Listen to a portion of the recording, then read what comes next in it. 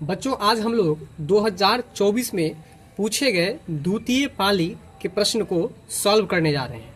और आज का जो हमारा विषय है वो आपको विज्ञान का विषय है। उस विज्ञान विषय में हम वस्तुनिष्ठ प्रश्न को देखेंगे, अर्थात ऑब्जेक्टिव प्रश्न को हम लोग देखेंगे। आपका पहला प्रश्न है, ऑक्सेलिक लिखा है। ऑक्सेलिक को कहीं कहीं पर ऑक्जेलिक भी मिलेगा देखने। क्या मिलेगा? ऑक्जेलिक। तो ऑक्जेलिक रहे या ऑक्सेलिक रहे, बात बराबर है, याद रखिएगा। ऑक्जेलिक अम्ल का प्राकृतिक स्रोत निम्नलिखित में कौन है? मतलब कि ऑक्जेलिक अम्ल जो है वो आपको किन पदार्थ में पाया जाता है? क्या प्रश्न पूछ रहा है? ऑक्जेलिक अम्ल किस पदार्थों में पाया जाता है? तो देखिए, ऑक्जेलिक अम्ल जो है यह आपको पहले से भी पता होगा, अगर नहीं पता है तो देख लीजिए, है ना। टमाटर में आपको ऑक्जेलिक अम्ल पाया जाता है। कौन सा अम्ल पाया जाता है? टमाटर में ऑक्जेलिक अम्ल। ऑक्जेलिक अम्ल का स्रोत का मतलब होता है आपको माध्यम, यानी कि ऑक्जेलिक अम्ल अगर आपको लेना हो तो आप कहाँ से लेंगे? टमाटर से आप शोध करके लेंगे। ठीक है, तो बताइए कि टमाटर में कौन सा अम्ल पाया जाता है? ऑक्जेलिक अम्ल या ऑक्सेलिक अम्ल, सही बात है। वहीं अगर बात करें इमली की, तो इमली में पाया जाता है आपको टार्ट्रिक अम्ल। कौन सा अम्ल पाया जाता है? टार्ट्रिक अम्ल। सिरका में अगर आपसे पूछ दे, है ना, तो सिरका में एसिटिक अम्ल। कौन सा अम्ल? एसिटिक अम्ल। सिरका में कौन सा अम्ल पाया जाएगा? एसिटिक अम्ल। संतरा में आपको सिट्रिक अम्ल पाया जाता है, या कहीं कहीं साइट्रिक अम्ल भी लिख देता है। तो याद रखिएगा कि संतरा में कौन सा अम्ल पाया जाता है? साइट्रिक अम्ल या सिट्रिक अम्ल। तो बताइए एक बार फटाफट से कि टमाटर में कौन सा अम्ल पाया जाता है? इमली में कौन सा अम्ल पाया जाता है? टार्ट्रिक अम्ल। और संतरा में कौन सा अम्ल पाया जाता है? और सिरका में कौन सा अम्ल पाया जाता है? एसिटिक अम्ल। बात समझ गए? तो बताइए कि ऑक्जेलिक अम्ल का प्राकृतिक स्रोत, मतलब प्रकृति में ऐसा कौन सा वस्तु है जिसमें आपको ऑक्जेलिक अम्ल पाया जाता है? तो याद रखिएगा, टमाटर में आपको ऑक्जेलिक अम्ल पाया जाता है। बात समझ गए? अगला प्रश्न है कि प्रोपेन का आणविक सूत्र C3H8 है, इसमें कौन सा बंधन बन रहा है? तो देखिए, इसका राइट आंसर हो जाएगा आपको 10 सहसंयोजक आबंध है। मतलब इसमें कौन सा बंधन बन रहा है? 10 सहसंयोजक आबंध है। ध्यान रहे आपको कि सबसे पहले कि यहाँ से भी एक प्रश्न बन रहा है कि प्रोपेन का आणविक सूत्र क्या होता है। तो याद रखिएगा कि प्रोपेन का सूत्र क्या होता है? C3H8। C3H8। बात समझ रहे हैं? प्रोपेन का आणविक सूत्र क्या होता है? C3H8 होता है। अब आपका अगला प्रश्न है, ओजोन परत किस हानिकारक विकिरण से पृथ्वी को सुरक्षा प्रदान करता है? ठीक है ना। तो देखिए, ओजोन परत जो है ना, उसका आणविक सूत्र याद रखिएगा O3 होता है। ओजोन का आणविक सूत्र क्या होता है? O3। पहला बात तो आप ये याद रखिएगा। दूसरा जो है, यह आपको किस विकिरण से, है ना, किस विकिरण से पृथ्वी को सुरक्षा प्रदान करता है? तो याद रखिएगा, आपको परावैंगनी विकिरण से जो है पृथ्वी को क्या करता है? सुरक्षित रखता है। इसलिए पृथ्वी का सुरक्षा कवच जो है किसको कहा गया है? ओजोन परत। आपसे पूछे कि पृथ्वी का सुरक्षा कवच किसे कहा गया है? ओजोन परत को। और ओजोन का सूत्र क्या होता है? O3। ओजोन का सूत्र क्या होता है? O3 होता है। बात समझ गए? चलिए, इसके बाद जो आपका अगला प्रश्न है, कौन सा अधातु कमरे के तापमान पर, है ना। अब यहाँ पर याद रखिएगा, बच्चे अक्सर फंस जाया करते हैं धातु में और अधातु में। यहाँ पर क्या लिखा हुआ है? अधातु। तो कह रहा है कि कौन सा अधातु है जो कमरे के तापमान पर तरल अवस्था में या आपको द्रव अवस्था में पाया जाता है? तरल मतलब द्रव होता है, इसलिए कभी कभी द्रव भी लिख देता है, कभी कभी तरल भी लिख देता है। तो तरल रहेगा तो द्रव ही याद रखिएगा, या द्रव रहेगा तो तरल याद रखिएगा। बात बराबर है कि नहीं? तो कौन सा अधातु है जो कमरे के तापमान पर द्रव रूप में पाया जाता है? तो इसका आंसर हो जाएगा आपको ब्रोमीन। क्या हो जाएगा? ब्रोमीन हो जाएगा। ठीक है। इसके बाद जो आपका अगला प्रश्न है, निम्नलिखित में कौन उपधातु है? क्या पूछ रहा है आपसे कि कौन उपधातु है? ठीक है ना। तो उपधातु जो है वो आपको AS लिखा हुआ है, और AS से होता है आर्सेनिक होता है। क्या होता है? आर्सेनिक। क्या होता है? आर्सेनिक। बात समझ गए ना? ये जो AS है वो आर्सेनिक का आणविक सूत्र है। बात समझ गए? तो अगर आपसे पूछेगा कि आर्सेनिक क्या है, तो आप कहेगा उपधातु है। आर्सेनिक क्या है? उपधातु है। चलिए, अगला प्रश्न है, CaCO3S। S का मतलब होता है सॉलिड। सॉलिड का मतलब होता है ठोस। S का मतलब क्या होता है? सॉलिड। सॉलिड का मतलब क्या होता है? ठोस। क्या होता है? CaO, है ना, और यहाँ भी S लगा हुआ, इसका मतलब है आपको हो गया ठोस।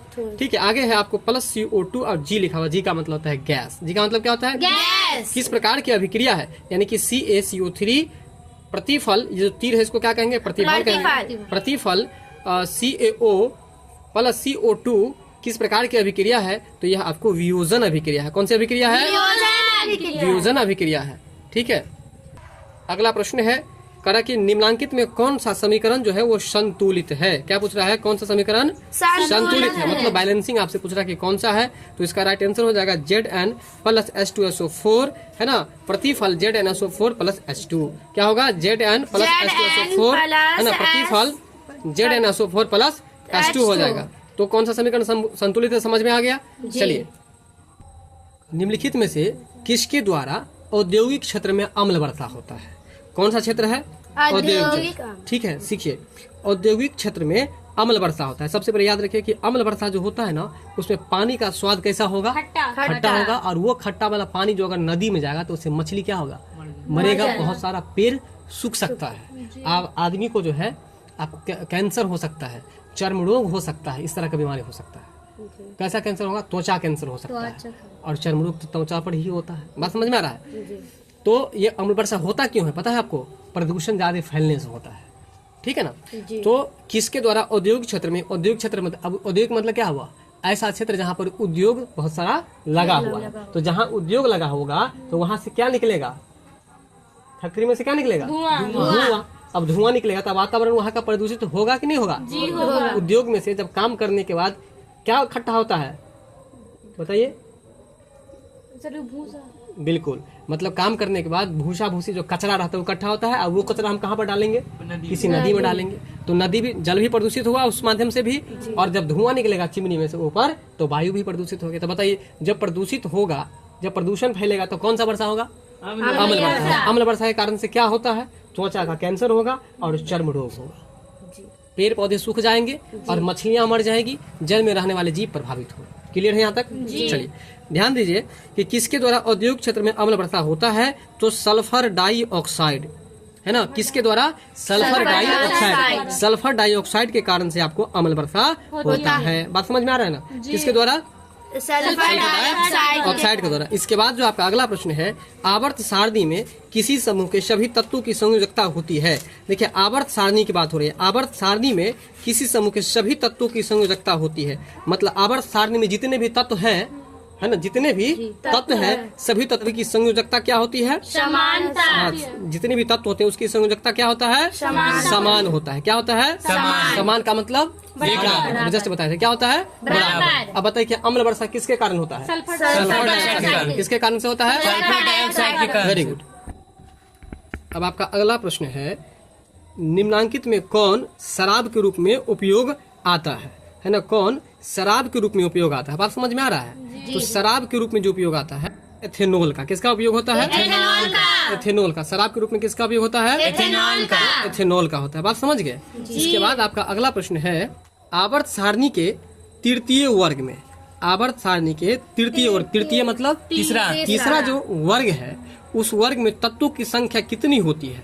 तो याद रखिएगा कि आवर्त सारणी के तृतीय वर्ग में तत्वों की संख्या 32 होती है ना। तृतीय मतलब 3 तत्वों की संख्या पूछ रहा है कि ना। तो तृतीय वर्ग में तत्वों की संख्या जो होती है तो तीसरा वर्ग में पूछ रहा है तो 3 से तो 3 याद रहेगा, है कि नहीं। और इसका 2 याद रख लीजिएगा कि आवर्त सारणी के तृतीय वर्ग में आपको वर्ग तत्वों की संख्या कितनी होती है? 32 होती है।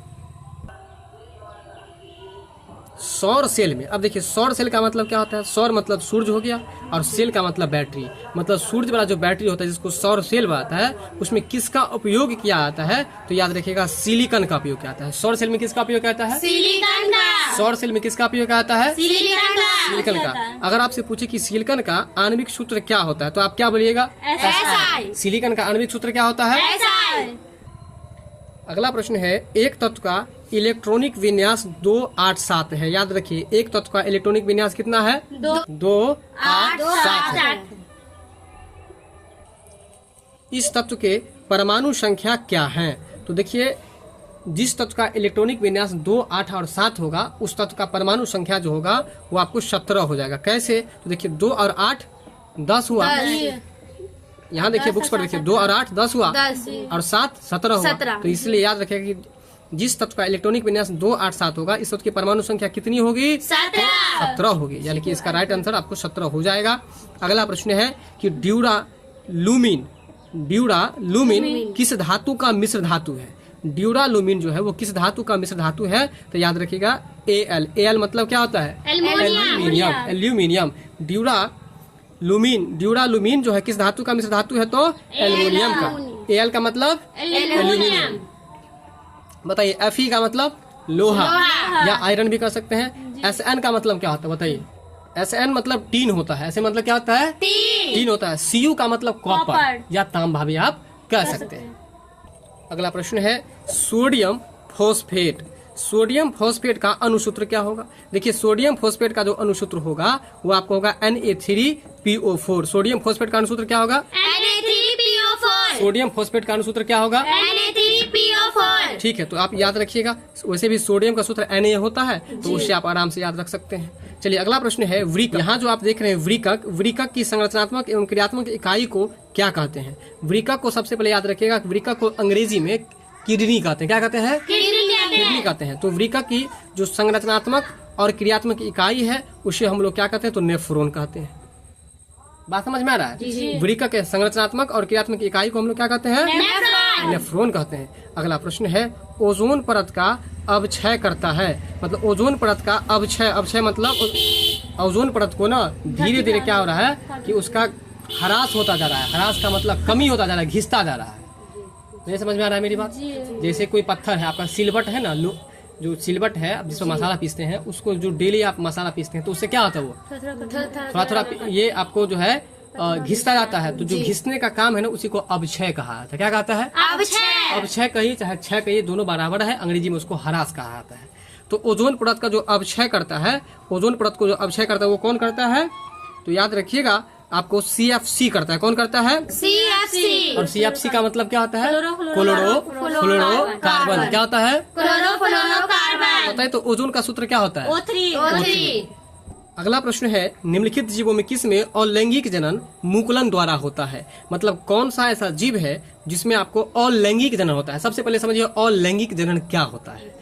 जैसे आप देखिए लड़कियां और लड़कियों का जो जन्म होता है पुरुष में या फिर किसी जानवर में, वो लिंग के माध्यम से होता है जी। नहीं तो लिंग के माध्यम से होता है तो उसको हम कौन सा जनन कहेंगे? लैंगिक जनन कहेंगे। और जो लिंग के माध्यम से नहीं होता है उसको अलैंगिक जनन कहेंगे। बात समझ में आ गया? तो ये जो जनन है, मतलब जनन का मतलब बच्चा पैदा होना, तो अलैंगिक जनन मुकुलन द्वारा होता है किस जीव में? तो इष्ट में। और इष्ट को हिंदी में हम लोग खमीर कहते हैं। इष्ट को हिंदी में क्या कहते हैं? खमीर का। अगर आपसे पूछे कि इष्ट में जनन की प्रक्रिया कैसे होती है तो आप बोलेगा अलैंगिक जनन होता है। और वो भी किसके द्वारा? मुकुलन द्वारा। अलैंगिक जनन मुकुलन द्वारा होता है। इष्ट में जनन कैसे होता है? तो बोलेगा कि अलैंगिक जनन मुकुलन द्वारा। क्लियर? अगला प्रश्न है पादप। पादप का मतलब क्या बताए थे? पादप हार्मोन का एक उदाहरण है। पादप मतलब पौधा, पादप हार्मोन का एक उदाहरण है। तो क्या उदाहरण है? देखिए यहाँ पर ये क्या लिखा हुआ है? I और AA। क्या लिखा हुआ है? IA जो है वो आपको पादप हार्मोन का उदाहरण है। अगला प्रश्न है आलू में कायिक प्रवर्धन होता है। आलू में जो कायिक प्रवर्धन होता है वो किसके द्वारा होता है? तना के द्वारा। आलू में कायिक प्रवर्धन किसके द्वारा होता है? तना के द्वारा। अगला प्रश्न है हाइड्रीला पाया जाता है। मतलब हाइड्रीला का पौधा कहाँ पाया जाता है? तो याद रखिएगा जल में पाया जाता है। हाइड्रीला का पौधा कहाँ पाया जाता है? जल में। हाँ, कौन सा पौधा? हाइड्रीला का पौधा कहाँ पाया जाता है? जल में पाया जाता है।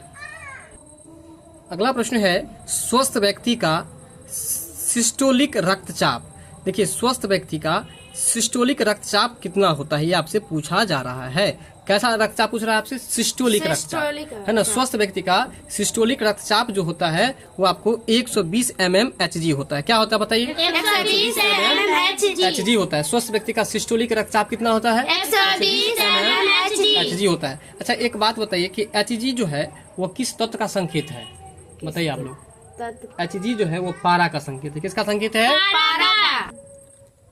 चलिए तो ये समझ में आ गया। अगला प्रश्न है उभयलिंगी जीव का उदाहरण है। उभयलिंगी का मतलब क्या होता है? ठीक है, समझने का प्रयास कीजिए, है ना। उभयलिंगी का मतलब होता है एक यौन प्रजनन करने वाला जीव जो नर और मादा दोनों युग्मक पैदा करते हैं। ठीक है ना, नर और मादा यानी कि स्त्री और पुरुष दोनों युग्मक पैदा करता है तो उसे हम लोग उभयलिंगी कहते हैं। तो देखिए उभयलिंगी जीव का जो उदाहरण है वो आपको हाइड्रा है। यानी कि हाइड्रा जो पौधा है कहाँ पर पाया था बताइए, जस्ट बताइए। जल में। और वो पौधा जो है आपको किस जीव का उदाहरण है? उभयलिंगी जीव का उदाहरण। किस जीव का उदाहरण है? उभयलिंगी जीव का उदाहरण है। अगला प्रश्न है, मछली में श्वसन होता है, मतलब मछली में जो सांस लेने की प्रक्रिया होती है, बात समझ में आ रहा है, वो क्या चीज के द्वारा? तो याद रखिएगा कि मछली में जो श्वसन होता है वो किसके द्वारा होता है? वेरी गुड, गिल्स के द्वारा होता है। अगला प्रश्न है आपका, सभी अम्ल जल में घुलकर प्रदान करते हैं, यानी कि जितने भी प्रकार के अम्ल हैं सब जल में घुल करके क्या देते हैं? तो याद रखिएगा H+ आयन देते हैं। जितने भी अम्ल है वो जल में घुलकर क्या देते हैं? H+ जितने भी अम्ल है जल में घुल करके क्या देते हैं? H+ आयन देते हैं। इसके बाद आपका अगला प्रश्न है, निम्नांकित यौगिकों में कौन दुर्बल अम्ल है? कौन देखिए यहाँ पर दुर्बला है जो कि गलत है, दुर्बल अम्ल है। तो दुर्बल अम्ल का जो उदाहरण है वो आपको इसका राइट आंसर हो जाएगा CH3COOH। क्या होगा? CH3COOH। और बताइए कि CH3COOH जो है वो किसका सूत्र है? ये आपको एसिटिक अम्ल का सूत्र है। किसका सूत्र है? एसिटिक अम्ल का। दुर्बल अम्ल का उदाहरण है। दुर्बल अम्ल का क्या है? उदाहरण है, लेकिन एसिटिक अम्ल का ये सूत्र है। बात समझ गए जी। अगला प्रश्न है, सिल्वर आयोडाइड का रंग कैसा होता है? देखिए सिल्वर आयोडाइड का रंग जो होता है वो पीला होता है। सिल्वर आयोडाइड का रंग कैसा होता है? पीला। सिल्वर आयोडाइड का रंग कैसा होता है? पीला होता है। अगला प्रश्न है, सबसे कठोर प्राकृतिक पदार्थ कौन सा है? देखिए याद रखिए, कभी भी चर्चा हो जब सबसे कठोर पदार्थ की चर्चा हो, क्या चीज की चर्चा हो? सबसे कठोर पदार्थ की चर्चा हो तो पदार्थ में इसका आंसर आपको हीरा हो जाएगा। सबसे कठोर पदार्थ कौन सा है? हीरा। सबसे कठोर पदार्थ कौन सा है? हीरा है। अगला है कि कार्बन के कितने रवादार अपरूप हैं? कार्बन के कितने रवादार अपरूप है? तो याद रखिएगा 3 है। कितने अपरूप है? 3। जिंक ब्लेंड जो है आपको किस धातु का अयस्क है? ठीक है, आपसे पूछा जा रहा है कि जिंक ब्लेंड जो है वो किस धातु का अयस्क है, तो इसका राइट आंसर हो जाएगा आपको Zn। किसका अयस्क है? Zn। जिंक ब्लेंड किस धातु का अयस्क है? Zn। और Zn को हम लोग जिंक भी कहते हैं या उसे जस्ता भी कहते हैं। अच्छा, Mg किसका सूत्र है बताइए? मैग्नीशियम का। Pb किसका सूत्र है? सीसा का। Pb किसका सूत्र है? सीसा का। Au किसका सूत्र है? सोना का। Au किसका सूत्र है? Au का, सोना का। इसका है कि नाइट्रोजन के अणु में 2 परमाणु के बीच कितने आबंध होते हैं? याद रखिएगा, नाइट्रोजन की चर्चा हो रही है। नाइट्रोजन का संकेत क्या होता है बताइए? N2 होता है। क्या होता है? N2 होता है। बात समझ रहे हैं? Na सोडियम का होता है। Na किसका होता है? सोडियम का होता है। नाइट्रोजन के अणु में 2 परमाणु के बीच कितने आबंध होते हैं? आबंध आपसे पूछा जा रहा है तो याद रखिएगा 3 आबंध होते हैं। नाइट्रोजन के अणु में 2 परमाणुओं के बीच कितने आबंध होते हैं? 3 आबंध होते हैं। चलिए, नाइट्रोजन का संकेत क्या होता है ये बताइए? N2 होता है। और नाइट्रोजन के अणु में 2 परमाणुओं के बीच कितने आबंध होते हैं? 3 आबंध होते हैं। अगला प्रश्न है, एल्काइन का सामान्य सूत्र क्या होता है? देखिए एल्काइन का जो सामान्य सूत्र होता है वो CnH2n-2 होता है। एल्काइन का सामान्य सूत्र क्या होता है? CnH2n-2 होता है। बात समझ गए? अगला प्रश्न है, सामान्य नेत्र के लिए, सामान्य व्यक्तियों के नेत्र के लिए जो दूर बिंदु होनी चाहिए आपको कितनी होनी चाहिए? तो सामान्य नेत्र के लिए जो दूर बिंदु होनी चाहिए वो आपको अनंत होनी चाहिए। कितनी होनी चाहिए? अनंत। बिल्कुल। अगर न्यूनतम दूरी पूछ दे है ना, तो न्यूनतम में आपको 25 सेंटीमीटर हो जाता है। क्या हो जाता है? 25 सेंटीमीटर। तो यहाँ पर क्या याद रखिएगा? देखिए बच्चे फंस सकते हैं यहाँ पर। जब कहेगा कि दूर बिंदु क्या होगा, दूर बिंदु, तो वहाँ पर याद रखिएगा अनंत। लेकिन जब कहेगा कि न्यूनतम, मतलब कम से कम, क्या कहेगा? न्यूनतम, यानी कि कम से कम दूरी कितनी होना चाहिए? तो 25 सेंटीमीटर याद रखिएगा। अगला प्रश्न है, यदि किसी बिंब का प्रतिबिंब का आवर्धन ऋणात्मक हो, यदि किसी बिंब का प्रतिबिंब आवर्धन क्या हो? ऋणात्मक, यानी कि माइनस में हो, तो उस प्रतिबिंब की प्रकृति क्या होगी? तो याद रखिएगा वास्तविक और उल्टा होगा। यदि किसी बिंब का प्रतिबिंब जो है, प्रतिबिंब का आवर्धन ऋणात्मक हो तो उस प्रतिबिंब की प्रकृति क्या होगी? तो क्या याद रखिएगा? वास्तविक और उल्टा। वास्तविक और उल्टा। अगला प्रश्न है, प्रकाश के परावर्तन के कितने नियम है? तो प्रकाश के परावर्तन के जो है आपको कितने नियम है भाई? 2 नियम है। प्रकाश के परावर्तन के कितने नियम है? 2 नियम है। अगला प्रश्न है, एक प्रकाश किरण एक समतल दर्पण पर, एक प्रकाश किरण है और दर्पण कैसा है? समतल। समतल दर्पण पर लंबवत आपतित होती है तो परावर्तन कोण का मान क्या होगा? तो याद रखिएगा परावर्तन कोण का मान 0 डिग्री होगा। क्या होगा? 0 डिग्री। जी, एक प्रकाश किरण एक समतल दर्पण पर लंबवत आपतित होती है तो परावर्तन कोण का मान आपको 0 डिग्री हो जाएगा। अगला प्रश्न है, वायुमंडल में प्रकाश का कौन सा वर्ण, या वर्ण का मतलब रंग होता है, ये भी याद रखिएगा। देखिए वायुमंडल में प्रकाश का कौन सा रंग है ना अधिक प्रकीर्णन करता है, तो याद रखिएगा जब भी प्रकीर्णन की चर्चा हो कि वायुमंडल में प्रकाश का कौन सा रंग अधिक प्रकीर्णन करता है तो इसका आंसर आपको हो जाएगा नीला। बात समझ में आ रहा है? कौन सा रंग जो है अधिक प्रकीर्णन करता है तो नीला।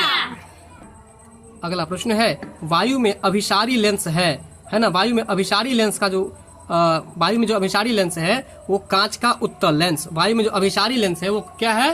कांच का उत्तल लेंस। उत्तल लेंस है। अगला प्रश्न है, यदि अवतल दर्पण का निचला आधा भाग टूट जाए, यदि अवतल दर्पण का निचला आधा भाग टूट जाए तो प्रतिबिंब कैसा बनेगा? तो याद रखिएगा कम तीव्र बनेगा। यदि अवतल दर्पण का निचला आधा भाग टूट जाए तो प्रतिबिंब जो है वो कैसा बनेगा?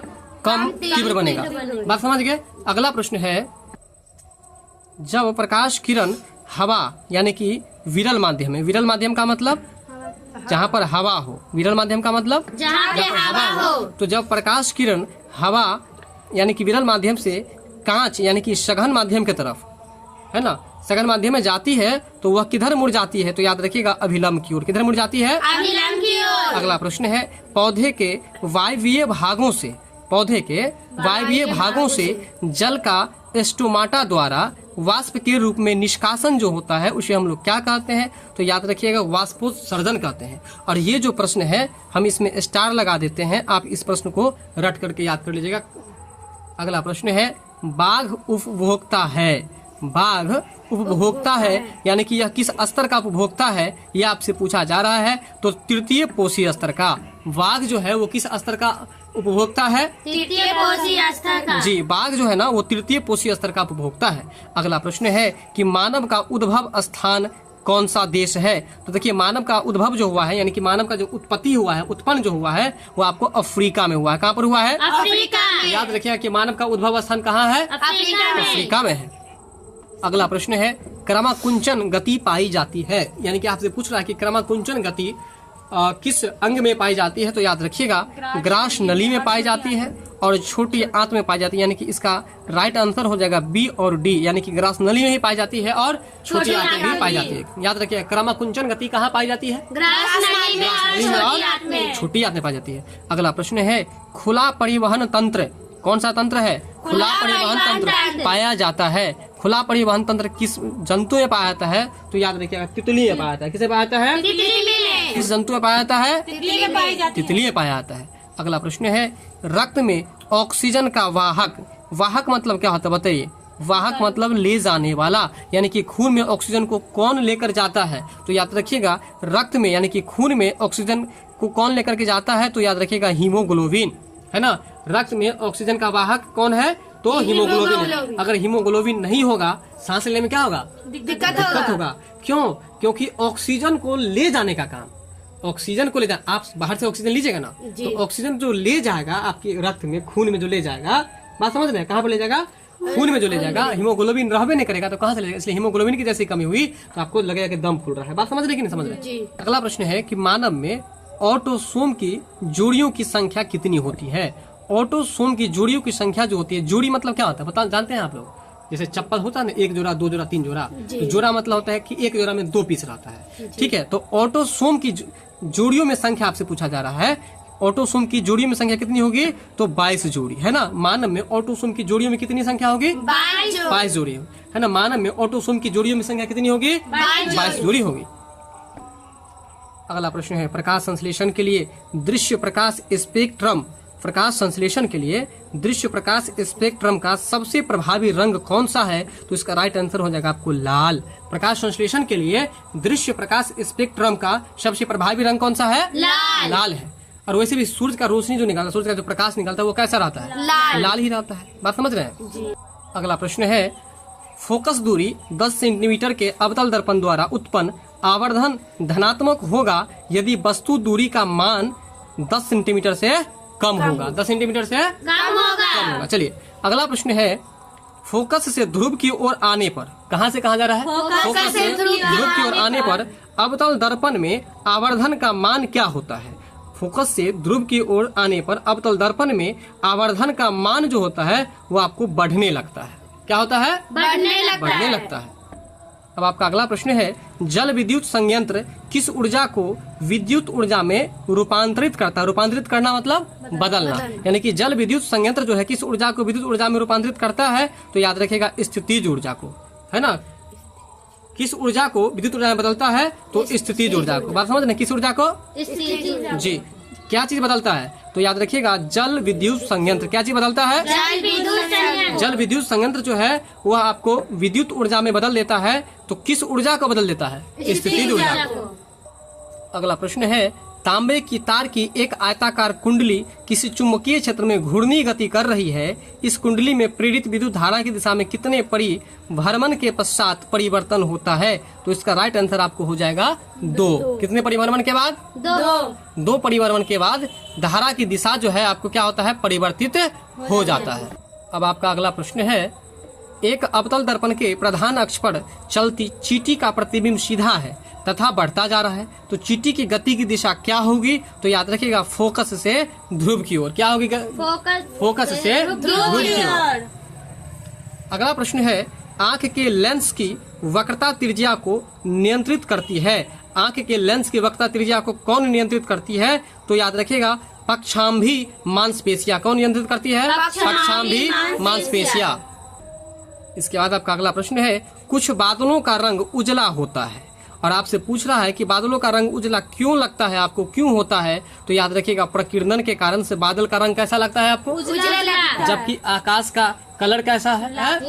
नीला है। बात समझ रहे हैं? लेकिन बादलों का कलर जो है उजला क्यों दिखता है? तो प्रकीर्णन के कारण। बादलों का कलर उजला क्यों दिखता है? अगला प्रश्न है कि प्रतिरोध का ऐसा मात्रक क्या होता है? प्रतिरोध का ऐसा मात्रक जो है आपको ओम होता है। प्रतिरोध का ऐसा मात्रक क्या होता है?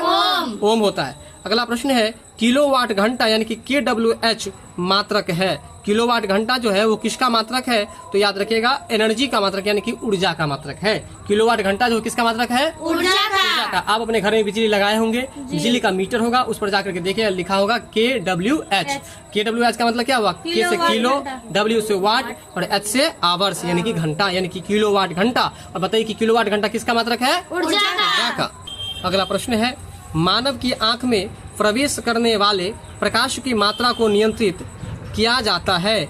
यानी कि मानव की आंख में जो प्रवेश करता है प्रकाश, उस मात्रा को कौन नियंत्रित करता है? किसके द्वारा नियंत्रित होता है? तो याद रखिएगा पुतली के द्वारा। कैसे हम बता देते हैं, जब रास्ते में कभी आप साइकिल से या मोटरसाइकिल से जा रहे होते हैं और जब बड़ा सा गाड़ी का लाइट आपके आंख पर पड़ता है तो आपका आंख क्या होता है? बताइए।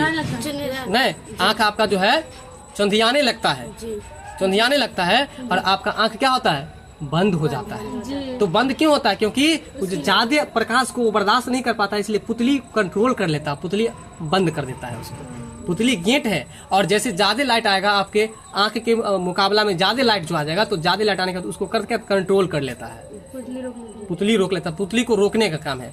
वही प्रश्न यहाँ पर है कि मानव की आंख में प्रवेश करने वाले प्रकाश की मात्रा को, अगर प्रकाश का ज्यादा मात्रा हो जाएगा तो उस मात्रा को नियंत्रित किया जाता है किसके द्वारा? तो पुतली के द्वारा। किसके द्वारा? पुतली के द्वारा। चलिए अगला प्रश्न है, कौन सा परंपरागत ऊर्जा स्रोत है? अब देखिए ये प्रश्न तो हर साल पूछता है, ध्यान समझ लीजिए। परंपरागत का मतलब जो ऊर्जा कभी खत्म ही नहीं हो। जैसे सूरज का जो प्रकाश आपको आता है, क्या वो खत्म होने वाला है? आप कितना भी प्रयोग कर लेंगे खत्म होगा? हवा खत्म हो जाएगा? नहीं होगा। तो वही बात है कि परंपरागत ऊर्जा स्रोत का मतलब जो होता है वो आपको क्या होता है बताइए आप लोग? जो कभी खत्म नहीं हो। तो उसका उदाहरण जो है वो जैव मात्रा है। जैव मात्रा को अंग्रेजी में हम लोग बायोमास कहते हैं। क्या कहते हैं? बायोमास। जी। कौन सा परंपरागत ऊर्जा का स्रोत है? तो जैव मात्रा यानी कि बायोमास। बात समझ गए? किसी कोष में इलेक्ट्रॉनों की अधिकतम संख्या होती है। देखिए किसी कोष में इलेक्ट्रॉनों की जो अधिकतम संख्या होती है वो 2n² होती है। किसी कोष में इलेक्ट्रॉनों की संख्या कितनी होती है? 2n²। बिल्कुल। कोई भी ऐसा कोष होगा उसमें इलेक्ट्रॉनों का जो मैक्सिमम संख्या होगा वो 2n² हो जाएगा। अगला प्रश्न है, कौन सा हाइड्रोकार्बन सबसे सरल यौगिक है? तो कौन सा हाइड्रोकार्बन है जो सबसे सरल यौगिक है? तो इसका आंसर हो जाएगा मीथेन। और बताइए मीथेन का आणविक सूत्र क्या होता है? CH4। सही बात है। मीथेन का आणविक सूत्र क्या होता है? CH4। अच्छा बताइए कि ब्यूटेन का क्या होता है? C4H10। ब्यूटेन का क्या होता है? C4H10 ब्यूटेन का आणविक सूत्र क्या होता है? C4H10 ठीक है, तो बताइए एक बार कि कौन सा हाइड्रोकार्बन सबसे सरल यौगिक है? तो मीथेन है ना। और बताइए कि मीथेन गैस कहाँ पाया जाता है? अक्सर दलदली क्षेत्रों में, है ना, या गोबर में ही पाया जाता है। दलदली क्षेत्रों में आपको अक्सर मीथेन गैस पाया जाता है। अगला प्रश्न है, निम्न में से किस धातु का गलनांक सबसे कम है? मतलब सबसे कम टेम्परेचर पर ही वो धातु गलने लगता है। ऐसा कौन सा आपको धातु है? तो बताइए सोडियम है। क्या है? सोडियम। और Na का मतलब क्या होता है? सोडियम होता है। Fe का मतलब लोहा होता है। Cu का मतलब कॉपर यानी कि तांबा, है ना। और Al का मतलब एल्युमिनियम होता है। अगला प्रश्न है कि सोना की परमाणु संख्या कितनी होती है? देखिए, सोना का जो एटॉमिक नंबर होता है वो आपको 79 यानी कि 79 होता है। सोना का परमाणु संख्या कितना होता है? 79। सोना का परमाणु संख्या कितना होता है? 79 होता है। अगला प्रश्न है कि कौन लवण है? क्या पूछ रहा है आपसे कि कौन लवण है? तो लवण का उदाहरण है K2SO4। लवण का क्या उदाहरण है? K2SO4। लवण का क्या उदाहरण है? K2SO4। K2SO4। आपका अगला प्रश्न है वृकक। अब बताइए, वृकक का अंग्रेजी हम आपको पीछे के प्रश्न में बताए थे। वृकक का अंग्रेजी क्या होता है? किडनी होता है। क्या होता है? किडनी होता है। ठीक है। और वृकक सहायता प्रदान करता है, यानी कि किडनी जो है किस काम में सहायता प्रदान करता है? तो याद रखिएगा, उत्सर्जन में। जैसे कि आप भोजन ग्रहण करते हैं, आप साग, दाल, भात, रोटी, बहुत सारा पदार्थ खाते हैं। क्या आप जो खाते हैं वो चीज पूरा शरीर में लग जाता है? नहीं लगता है। और लगता है तो आपको बहुत कम मात्रा में उससे पोषक तत्व निकलता है। और जो पोषक तत्व निकलता है वो ब्लड में जाकर के क्या होता है? मिल जाता है। लेकिन उसके अलावा जो खराब पदार्थ होता है शरीर के लिए, उसको मल और मूत्र के माध्यम से क्या करता है? निकाल लेता है। मतलब पैखाना जब करते हैं हम लोग, तो अपने शरीर के लिए जो हानिकारक पदार्थ होता है वही पैखाना के रूप में निकल जाता है और मूत्र के माध्यम से निकल जाता है। बात समझ गए? तो वही बात कर रहा है कि किडनी का काम है, ये काम मलमूत्र को निकालना किसका काम है? किडनी का। इसलिए आप पता चला होगा या आप ध्यान रखिएगा, जब किसी को आपके अगल बगल में किडनी खराब हो जाए तो देखिएगा कि उसका बदन फूल जाता है, उसका बदन पीला हो जाता है और तब जाकर के वो मरता है। ऐसा क्यों पता है? सुन लीजिए। क्योंकि खाना तो वो खाएगा, लेकिन जब किडनी खत्म हो गया है, किडनी बेकार हो गया है, तो किडनी का काम है आपको मल और मूत्र को बाहर निकालना। और जब किडनी खराब हो गया तो जब उसका मल मूत्र बाहर निकलवे नहीं करेगा तो वो मल मूत्र रह जाएगा कहाँ पर? अंदर में ही। अंदर में रहते रहते जब उसका पूरा जो है जितना भी है ना पार्ट्स है, जितना भी पार्ट, जैसे बकरी उकड़ी को देखते हैं काटते हैं, उससे बहुत सारा निकल रहा है रस्सी के जैसे जो रहता है उसमें। तो वो जो पूरा जब मल मूत्र से भर जाएगा, तो जिस दिन भर जाएगा उस दिन से शरीर पॉइजन बनने लगा, शरीर में पॉइजन बनते बनते शरीर पीला हो जाएगा, फिर उसकी मृत्यु बहुत जल्दी हो जाएगी। तो किडनी जब किसी का फेल हो तो उसका पहचान क्या है? शरीर फूल जाएगा, सूज जाएगा और शरीर फूलने के बाद पीला होकर के वो मर जाएगा। बात समझ रहे हैं? तो किडनी का काम क्या है? शरीर से मलमूत्र का त्याग करना, यानी कि उत्सर्जन करना। उत्सर्जन मतलब होता है निकालना। तो वृकक सहायता प्रदान करता है क्या चीज में? उत्सर्जन करने। वृकक को अंग्रेजी में क्या कहते हैं? किडनी कहते हैं। चलिए, और वृकक के संरचनात्मक और क्रियात्मक इकाई को क्या कहते हैं? बताइए। नेफ्रॉन कहते हैं। चलिए, और नेफ्रॉन को हिंदी में क्या कहते हैं? तो वृक्काणु कहते हैं। क्या कहते हैं? विक्राणु कहते हैं। अगला प्रश्न है कि प्रकाश संश्लेषण होता है, यानी कि प्रकाश संश्लेषण की क्रिया जो होती है वो कब होती है? तो याद रखिएगा, केवल दिन में। यानी कि पौधा जो है भोजन बनाने का जो काम करता है केवल दिन में ही करता है बेचारा, रात में नहीं कर सकता, क्योंकि पौधों को खाना बनाने के लिए सूर्य की रोशनी की आवश्यकता होती है। और जब रात में सूर्य की रोशनी रहेगी ही नहीं तो बेचारा खाना कहाँ से बनाएगा? इसलिए याद रखें, प्रकाश संश्लेषण की क्रिया कब होती है? केवल दिन में ही होती है, रात को कभी भी नहीं हो सकता। मतलब बेचारा जो दिन में बनाता है वही रात में खाता है। लेकिन हम लोग क्या है, दिन में ही बना लेते हैं और रात में जब मन तब बना लेते हैं। बात समझ रहे हैं ना? अगला प्रश्न है, सिनेप्टिक नॉब्स। सिनेप्टिक नॉब्स पाया जाता है। सिनेप्टिक नॉब्स कहाँ पाया जाता है? तो याद रखिएगा, न्यूरॉन में। सिनेप्टिक नॉब्स कहाँ पाया जाता है? न्यूरॉन में। ठीक है। और न्यूरॉन का मतलब क्या होता है? तंत्रिका कोशिका। सिनेप्टिक नॉब्स कहाँ पाया जाता है? तो न्यूरॉन में। और न्यूरॉन का हिंदी क्या होता है? तंत्रिका कोशिका। शरीर की सबसे बड़ी कोशिका का नाम है तंत्रिका कोशिका। चलिए, निम्न में से सबसे तेज हृदय का धड़कन किसका होता है? सबसे तेज हृदय का जो धड़कन होता है, हार्ट बीट सबसे अधिक जो होता है, किस जंतु का होता है? लेकिन इस चार में से ही बताना है, हाथी, चूहा, आदमी और व्हेल मछली। इस चारों में से सबसे ज्यादा तेज धड़कन जो होता है वो आपको चूहा का होता है। चूहा को अंग्रेजी में क्या कहते हैं? रैट। रैट मतलब चूहा। अच्छा बताइए कि चूहा जो है ना, चूहा का दांत जिंदगी भर बढ़ता है कि नहीं बढ़ता है? याद रखिएगा, चूहा का दांत जिंदगी भर बढ़ते रहता है जब तक उसका जिंदगी रहता है। और इसलिए भगवान ऐसा कुतरने कुदरत का ने काम ऐसा बना। किया है कि उसको कुतरने के लिए बना दिया। अगर नहीं कुतरेगा तो उसका दांत नहीं घिसेगा, कुतरने से उसका दांत घिसता रहता है, इसलिए वो कुतरने का काम करता है। अगर नहीं कुतरेगा तो दांत का, चूहे का दांत इतना बाहर निकल जाएगा कि बेचारा कुछ खा ही नहीं पाएगा, वो मर जाएगा। इसलिए चूहा कतरने का काम करता है। ठीक है ना। चलिए, कोशिकीय ईंधन, कोशिकीय ईंधन कौन है? तो मतलब कोशिकीय ईंधन जो है वो आपको ग्लूकोज है। कोशिका का ईंधन क्या है? ग्लूकोज। अब समझ लीजिए, कोशिका को अंग्रेजी में सेल कहते हैं, और शरीर के रचनात्मक एवं क्रियात्मक इकाई को हम लोग क्या कहते हैं? तो कोशिका कहते हैं। मतलब अपने सबका जो कोशिका है ना, जीव जंतु का जो कोशिका है ना, उस कोशिका में अगर ग्लूकोज नहीं मिलेगा ना तो वो शरीर नहीं चल पाएगा। जैसे कि समझ लीजिए, आप सुनते होगा जब कोई लेडी या कोई पुरुष व्रत रखती है ना, तो व्रत रखने के बाद उसको बेहोशी आ जाता है। जब बेहोशी आता है तो फिर उसको क्या क्या आता है पता है आपको? उसको चीनी पानी का घोल दिया जाता है या उसको पानी चढ़ाया जाता है, सलाइन किया जाता है। बात समझ रहे हैं? तो कहने का मतलब ऐसा क्यों किया जाता है? चीनी पानी क्यों जाता है? क्योंकि चीनी और पानी मिला करके ही तो ग्लूकोज बनता है। ग्लूकोज कैसे बनता है? चीनी और पानी को मिला करके ही बनता है। तो इसलिए अगर उसको चीनी और पानी, अगर आप 24 घंटा चीनी पानी छोड़ दीजिए तो आप बेहोश हो जाएगा। क्यों? क्योंकि जिस तरह से गाड़ी को चलने के लिए पेट्रोल की आवश्यकता होती है, ठीक है उसी तरह से आपका जो शरीर का ढांचा है, आपकी जो शरीर की कोशिका है, इस कोशिका को वृद्धि होने के लिए, कोशिका को चलने रहने के लिए, कोशिका को जीवित रहने के लिए उसके ईंधन के रूप में, यानी कि उसके खाना के रूप में क्या चाहिए? उसको ग्लूकोज चाहिए। इसलिए याद रखिएगा कि कोश की ईंधन कौन है? तो याद रखिएगा ग्लूकोज। और ग्लूकोज का सूत्र क्या होता है? तो ये भी याद रखिएगा आप। ग्लूकोज का रासायनिक सूत्र आपको क्या होता है? C6H12O6, C6H12O6, C6H12O6। बात समझ गए? चलिए, तो बताइए कोश की ईंधन कौन है? तो ग्लूकोज।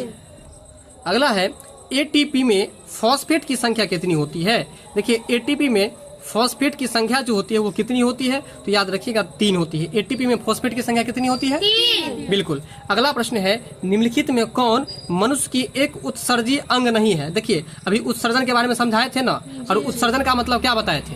उत्सर्जन का मतलब निकालना। उत्सर्जन मतलब निकालना। तो शरीर से मलमूत्र निकालने का काम किसका था? हाँ, उत्सर्जन का काम किडनी का था। यहाँ पर पूछ रहा है कि इनमें से कौन सा अंग है जो उत्सर्जन नहीं करता है, मतलब बाहर नहीं निकालता है अपने शरीर के कचरा को बाहर, कौन सा अंग नहीं निकालता? तो देखिए, अग्नाशय जो है ना, वो आपको क्या करता है कि कचरा को निकालने का काम नहीं करता। जबकि कौन कौन सा अंग है जो शरीर के खराब पदार्थ को बाहर निकालता है? जैसे कि देख लीजिए, फेफड़ा। आप जो खखास करते हैं तो कहाँ से आता है? इसीलिए यदि कफ फेफड़ा में जम जाए तो उसको टीबी का बीमारी हो जाता है। बात समझ में आ रहा है? तो क्यों? क्योंकि फेफड़ा जो उसका होता है ना, वो लीक हो जाता है। जिस तरह से आप साइकिल को पंक्चर बनाने के लिए जाते हैं, तो आपका साइकिल का पंक्चर कैसे बनाता है बताइए? ट्यूब जो होता है ना, ट्यूब, उसमें छिद्र जो हो जाता है उसको सुलेशन से बंद करता है। बंद करता है कि नहीं? ऊपर से एक चिप्पी लगा करके उसको बंद करता है। ठीक उसी तरह से फेफड़ा लीक हो जाता है, जैसे टायर पंक्चर हो जाता है। जब लीक हो जाता है तो वो जो सांस लेता है ना, तो आपको कितना भी सांस जोर से देखिएगा, जिसको दम्मा हो जाए या किसी को टीबी हो जाए, खूब जोर से करता रहता है, सांस लेने की ज्यादा जरूरत है। क्यों? क्योंकि उसका फेफड़ा क्या हो गया? लीक हो गया है। जिस तरह से आप साइकिल में हवा देते जाइए, आपका टायर जो है पहले के अपेक्षा जब पंक्चर नहीं हुआ रहता है तो उसमें थोड़ा सा हवा देते हैं तो फूल जाता है, लेकिन जब वो पंक्चर आता है तो हवा देते जाएगा, फूलेगा नहीं। तो वही बात है, फेफड़ा लीक जब हो जाएगा तो उसके बाद जो है आपको नहीं, सांस लेने में उसको नहीं बनता, क्योंकि अधिक ऑक्सीजन की जरूरत होती है उसको। बात समझ रहे हैं? तो अब बताइए कि फेफड़ा जो है आपको क्या निकालने का काम करता है? कफ। फेफड़ा क्या निकालता है? कफ को निकालता है। और कफ को कफ नहीं बुलाता है, हकीकत बात तो ये है, लेकिन सब बोलता है कफ। कफ को बुलाता है बलगम। कफ को क्या बुलाता है? बलगम बुलाता है। और कफ का मतलब होता है, कफ अंग्रेजी वर्ड है, कफ का मतलब होता है खांसी। कफ का मतलब क्या होता है? खांसी। इसीलिए जब किसी को सर्दी खांसी होता है ना, तो उसको जो सिरप दिया जाता है उस सिरप का नाम है कफ सिरप। क्या नाम है? Cough syrup. क्या नाम है? Cough syrup. कफ सिरप मतलब खांसी का सिरप। कफ सिरप मतलब खांसी का सिरप। बात समझ में आया कि नहीं आया? कुछ कॉन्सेप्ट सीखे कि नहीं सीखे? तो अब कभी यदि आपके अंदर से जो वो निकले उजला उजला पदार्थ, तो उसको आप क्या बोलिएगा? कफ नहीं ना बोलिएगा, क्या बोलेगा? बलगम बोलेगा। क्या बोलेगा? बलगम बोलेगा। वो कफ नहीं है, कफ गलत बोलता है लोग। कफ का हिंदी क्या होता है? खांसी होता है। बात कुछ समझे कि नहीं समझे? कुछ नया सीखे कि नहीं सीखे आप? उम्मीद है कि जो ऑनलाइन देख रहे होंगे वो भी ये चीज सीखेंगे, ठीक है? क्योंकि सभी लोग मतलब बलगम को कफ ही बोल देते हैं। चलिए, तो बताइए फेफड़ा बाहर निकालता है कि नहीं निकालता है? अच्छा, वृक्क मतलब किडनी बाहर निकालता है कि नहीं निकालता है? त्वचा भी बाहर निकालता है कि नहीं निकालता है? त्वचा तो बिल्कुल निकालता है। क्या निकालता है? पसीना निकालता है। त्वचा क्या निकालता है? पसीना। जो पसीना आपको बाहर निकालता है वो आपके शरीर के लिए हानिकारक पदार्थ होता है, लाभदायक नहीं होता है, इसलिए वो बाहर निकालने का काम करता है कौन? त्वचा। आपके शरीर पर से पसीना निकलता है ना स्किन से, वो त्वचा भी उत्सर्जी है, उत्सर्जी अंग है। फेफड़ा भी उत्सर्जी अंग है। और वृक्क के बारे में तो अच्छा से आपको समझा ही दिए थे। फेफड़ा को अंग्रेजी में लंग्स कहते हैं, ये भी याद रखिएगा। वृक्क को अंग्रेजी में हम लोग किडनी कहते हैं, और आपको त्वचा को अंग्रेजी में क्या कहते हैं? स्किन कहते हैं। अगला प्रश्न है, सबसे छोटी अंतःस्रावी ग्रंथि कौन सी है? देखिए, सबसे छोटी अंतःस्रावी ग्रंथि जो है उसका नाम है पीनियल। क्या नाम है? पीनियल। सबसे छोटी अंतःस्रावी ग्रंथि कौन सी है? पीनियल। सबसे छोटी अंतःस्रावी ग्रंथि का नाम आपको पीनियल है। बात समझ गए? अगला प्रश्न है, पवन विद्युत जनित्र में, पवन विद्युत जनित्र क्या होता है बताइए? ऐसा जनित्र को अंग्रेजी में हम लोग जनरेटर कहते हैं। जनित्र को अंग्रेजी में क्या कहते हैं? जनरेटर। और ऐसा जनरेटर जो, एक तो जनरेटर होता है जो तेल पर चलता है, और एक ऐसा जनरेटर जो पवन पर चलता है। पवन का मतलब क्या होता है? हवा। तो हवा पर जो चलने वाला जनित्र है उसको हम लोग पवन विद्युत जनित्र कहते हैं, है ना। तो पवन विद्युत जनित्र में पवन की चाल कम से कम कितनी होनी चाहिए? तो याद रखिएगा 15 किलोमीटर प्रति घंटा की रफ्तार से अगर हवा चलेगी तो इसका मतलब है वो जो पवन से चलने वाला जनित्र है, जनरेटर है, वो बिजली उत्पन्न करेगा। अगर 15 किलोमीटर से कम हवा चलेगी, 15 किलोमीटर से कम गति होगी अगर हवा की, तो वो जनरेटर अगर चलेगा तो उसे बिजली उत्पन्न नहीं होगा। यानी कि पवन विद्युत जनरेटर चलने के लिए कम से कम कितनी होनी चाहिए पवन का वेग? 15 किलोमीटर प्रति घंटा। बिल्कुल, 1 घंटा में 15 किलोमीटर की रफ्तार से वो चलना चाहिए। आपका अगला प्रश्न है, विभक्त वलय प्रयुक्त होता है। विभक्त वलय जो प्रयुक्त होता है वो आपको किस में होता है? तो याद रखिएगा डीसी मोटर में। विभक्त वलय किस में प्रयुक्त होता है? डीसी मोटर में। विभक्त वलय प्रयुक्त होता है किस में होता है? डीसी मोटर में प्रयुक्त होता है। ठीक है। अगला प्रश्न है, धात्विक चालकता पदार्थ के अंदर किस कण की गति पर आश्रित है? धात्विक चालकता पदार्थ के अंदर किस कण की गति पर आश्रित है? तो इसका नाम है, आपको कौन सा कण है? तो इलेक्ट्रॉन। और याद रखिएगा कण कितने हैं? 3 है। एक है इलेक्ट्रॉन, दूसरा है प्रोटॉन, और तीसरा है न्यूट्रॉन। इलेक्ट्रॉन का खोज किसने किया था? J Thomson. और प्रोटॉन का खोज किसने किया था बताइए? रदरफोर्ड किया था। और इसका न्यूट्रॉन का आपको चैडविक किया था। बात समझ गए? तो याद रखिएगा कि धात्विक चालकता पदार्थ के अंदर किस कण की गति पर आश्रित रहती है? तो इलेक्ट्रॉन की गति पर। और इलेक्ट्रॉन का खोज किसने किया था? जे थॉमसन ने किया था।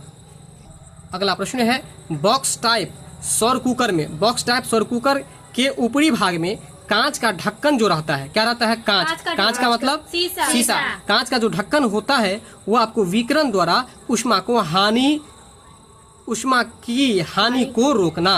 कहने का मतलब कि बॉक्स टाइप सौर कुकर के ऊपरी भाग में कांच का ढक्कन रहता है। इसका क्या कारण है? क्योंकि विकिरण के द्वारा उष्मा की हानि को क्या करता है? ये रोकता है। इसीलिए कांच का ढक्कन लगाया जाता है, क्योंकि यह विकिरण के द्वारा उष्मा की हानि को क्या करता है? रोकता है। अब आपका अगला प्रश्न है, वोल्टता V1 पर शक्ति P1, है ना। V का मतलब वोल्ट और P का मतलब पावर, है ना। तो वोल्टता V1 एवं शक्ति P1 का एक प्रतिरोधक वोल्टता V2 मतलब वोल्ट, है ना। V2 मतलब वोल्ट। तो V2 पर शक्ति P2 मतलब पावर, P2 मतलब पावर, है ना। प्रतिरोधक की श्रेणी से जुड़ा है। समतुल्य प्रतिरोध क्या होगा? तो इसका राइट आंसर हो जाएगा V1 बट्टा, है ना, V1 का स्क्वायर बट्टा P1 और V2 का स्क्वायर बट्टा P2। याद रखिएगा। अगला प्रश्न है कि घरेलू विद्युत परिपथ में प्रत्यावर्ती धारा की आवृत्ति होती है। घरेलू विद्युत परिपथ में प्रत्यावर्ती धारा को अंग्रेजी में क्या कहते हैं? पहले ये बताइए। एसी कहते हैं। क्या कहते हैं? एसी। और एसी का फुल फॉर्म क्या होता है? अल्टरनेटिंग करंट होता है। तो घरेलू विद्युत परिपथ में प्रत्यावर्ती धारा की जो आवृत्ति होती है वो कितनी होती है? 50 हर्ट्ज होती है। क्या होती है? 50 हर्ट्ज। HZ का मतलब क्या होता है? हर्ट्ज होता है। तो बताइए घरेलू विद्युत परिपथ में प्रत्यावर्ती धारा की आवृत्ति कितनी होती है? 50 हर्ट्ज होती है। अगला है, निम्नलिखित में किसका अपवर्तनांक सबसे कम होता है? तो याद रखिएगा किसका अपवर्तनांक सबसे कम होता है? तो पानी का। लेकिन याद रहे किसका अपवर्तनांक सबसे कम होता है? यहाँ पर क्या लिखा है? निम्नलिखित में, मतलब नीचे जो 4 ऑप्शन है उसी में से आपको बताना है ना। तो निम्नलिखित में किसका अपवर्तनांक सबसे कम होता है? तो तारपीन में, बेंजीन में और पानी तथा केरोसिन में सबसे कम अपवर्तनांक किसका होता है? पानी का होता है। बात समझ गए ना। पानी का अपवर्तनांक जो होता है वो सबसे कम होता है। और आज का जो लास्ट प्रश्न है, एक साधारण प्रिज्म कितने सतहों से घिरा रहता है? तो याद रखिएगा एक साधारण प्रिज्म जो है वो आपको 5 सतहों से घिरा रहता है। ठीक है। उम्मीद है कि आपको सारा प्रश्न समझ में आ गया होगा। तो आज का जो टॉपिक था, आज का जो प्रश्न था, आपको पहले भी बता दिए थे कि 2024 के द्वितीय पाली में जो पूछा गया विज्ञान का प्रश्न था, इसको हम बहुत ही अच्छा तरीका से सटीक और विस्तृत रूप से पढ़ाने का प्रयास किया हूँ। वीडियो पसंद आया हो तो लाइक से सब्सक्राइब कीजिएगा। साथ ही आप चाहते हैं कि अगली वीडियो का भी नोटिफिकेशन आपको तुरंत पहुंचे तो इसके लिए बेल आइकन पर भी दबा लीजिएगा। बहुत बहुत धन्यवाद। जय हिंद।